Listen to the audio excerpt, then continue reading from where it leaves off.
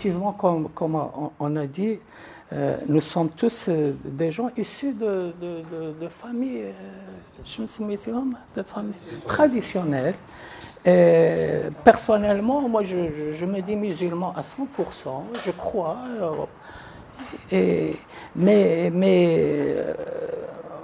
Mon islam à moi, celui des Marocains, Amir al-Mouminin, je le conçois d'une façon ouverte sur le monde.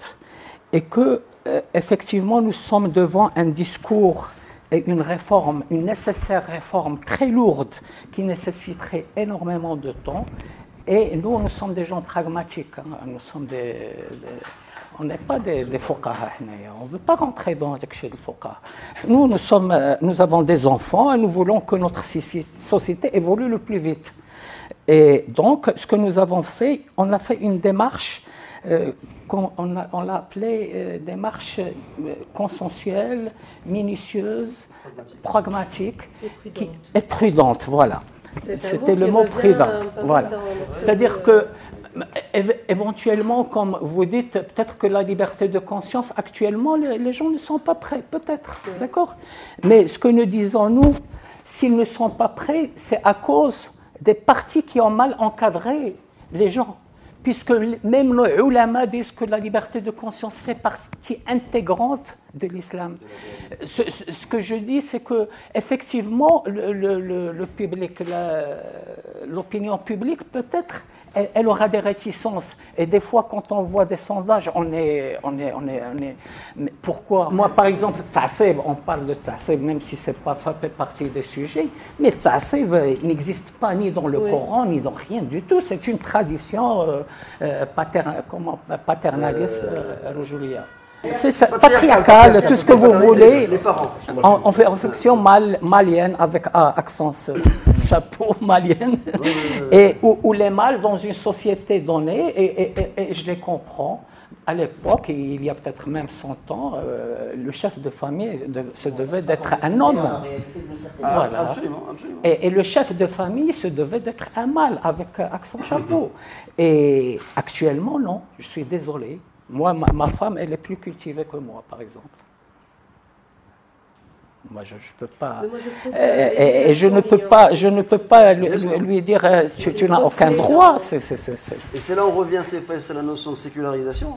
Parce qu'un des sous-jacents de notre démarche, c'est justement de lire le référentiel ou les textes, dans la logique, son adaptation, mais dans les marges qu'on s'est fixées. Il y a une évolution de l'adaptation, une évolution de la pratique qui est tout à fait possible à l'intérieur des marges qu'on s'est fixées. Voilà. Et le discours royal, il est incroyable. Il a expliqué tout ça. Il a dit effectivement, mais il faut s'ouvrir sur le maqasid al-ulya, sur les objectifs supérieurs, sur l'ouverture, sur l'ijtihad. Mais il nous a donné le schéma, il nous a donné le chemin plutôt. Et c'est ça la voie.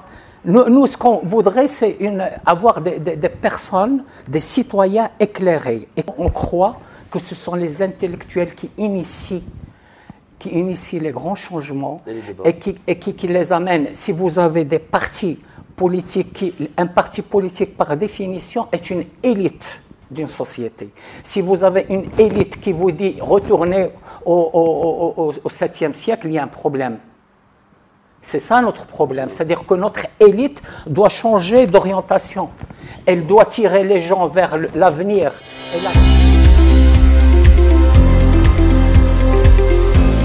C'est un sujet très lourd. Alors on va forcément parler quelques minutes de politique. Bon, nous sommes dans une démarche non partisane, mais on ne peut pas faire l'économie de quelques commentaires politiques. Et je rappelle qu'une des raisons qui ont fait ce timing, c'était la configuration gouvernementale. Maintenant, je répète, nous sommes non partisans, mais en tout cas moi à titre personnel, mais je pense que je peux le faire au nom du collectif, on salue par exemple la démarche du ministre de la Justice. On la salue.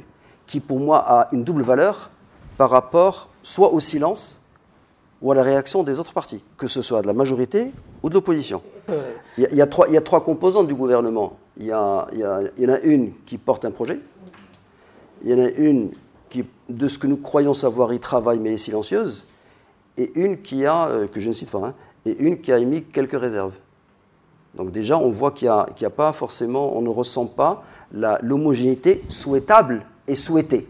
Ça, c'est un constat. Hein. Mais ce que je veux dire, moi, surtout ce matin, c'est que je pense que je peux, ou que nous pouvons, saluer la dynamique qui est enclenchée par le ministre de la Justice. Ça, je crois, objectivement, on la salue. Je peux même vous dire, bon, on l'a vu il y a 2-3 semaines. Alors, en répondant indirectement à ta question, c'est Amine, nous avons, là aussi c'est très modeste, ce sont des petites étincelles, c'est pas plus, hein, on sait où est-ce qu'on est, qu'est-ce qu'on fait. On a écrit à tous les patrons de parti. On a envoyé ça formellement, on a envoyé ça aux 2 présidents du Parlement. C'est ça, oui, les 2 présidents, des 2 chambres, pardon. Des 2 chambres, on l'a envoyé, et au CNDH, et au chef du gouvernement, naturellement. Avec le même texte en disant, justement, créons le débat. Par contre, ce qu'on peut constater aussi d'une manière objective, c'est qu'il y a, en dehors, encore une fois, du ministre de la Justice, avec lequel on n'a pas de relation particulière, il y a pratiquement 0 réaction dans la société, hormis quelques éléments de la société civile, quelques associations actives. Et là, ce qui fait peut-être aussi, très modestement, j'insiste, la particularité, c'est sa transversalité. Vous avez des associations, comme celle d'ailleurs de Si Mohamed avec Mme Amrani, qui sont très focus sur tel chapitre ou tel chapitre ou tel chapitre.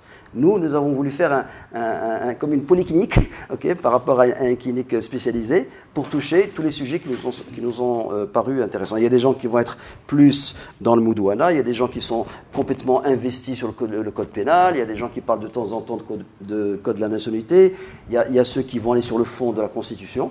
Ben voilà, nous, on a fait une plateforme transversale.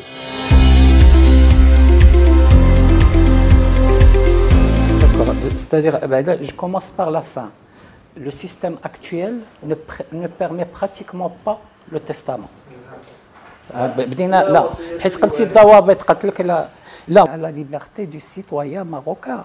On ne peut même pas imposer, à la limite, en l'absolu, si tous les gens, tous les hommes veulent ne rien donner aux femmes, on ne peut rien proposer en théorie. Mais là, nous avons donné une ouverture à ceux qui voudraient effectivement assurer cette équité entre femmes et hommes. C'est-à-dire nous avons trouvé, comme on l'a dit, une solution intelligente, prudente, qui permet... Et orthodoxe. Tout en respectant à 100% l'esprit de l'islam. Comme je vous ai dit tout à l'heure, on part du principe que nous respectons plus l'islam que ceux qui viennent d'ailleurs. Je ne dis pas plus. Ceux qui m'arrivent avec un islam qui vient de l'Est, moi je suis plus musulman, mais mon islam il est marocain. Et cet islam-là, nous l'avons étudié, nous avons discuté avec des gens qui sont des spécialistes et qui tous nous disent effectivement vous avez raison, ce testament pourrait aider à résoudre le problème. On ne dit pas qu'il va assurer l'égalité à 100%, mais sur je ne dirais pas un bricolage, mais une solution intelligente et pragmatique qui permettrait aux hommes, aux pères qui le voudraient, assurer cette équité. S'ils ne veulent pas,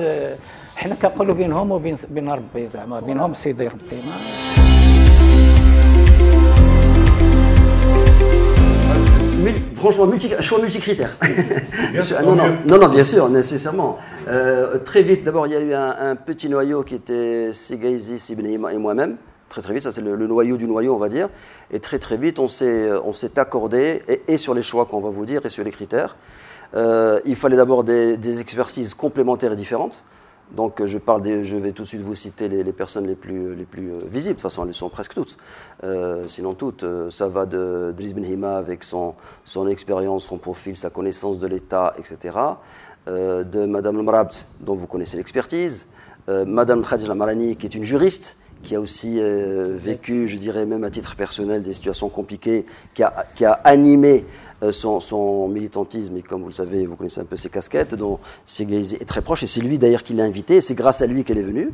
Madame Grischi, en tant que justement communicante, un œil différent, une culture différente, etc., tout en étant foncièrement et profondément marocaine. Segaïzi, professeur Chalaibi qui est venu. Les 2 derniers, c'était Madame Beddou et c'est Chalaibi qui sont arrivés quelques mois plus tard, mais le noyau principal a été constitué en 30 jours. C'est-à-dire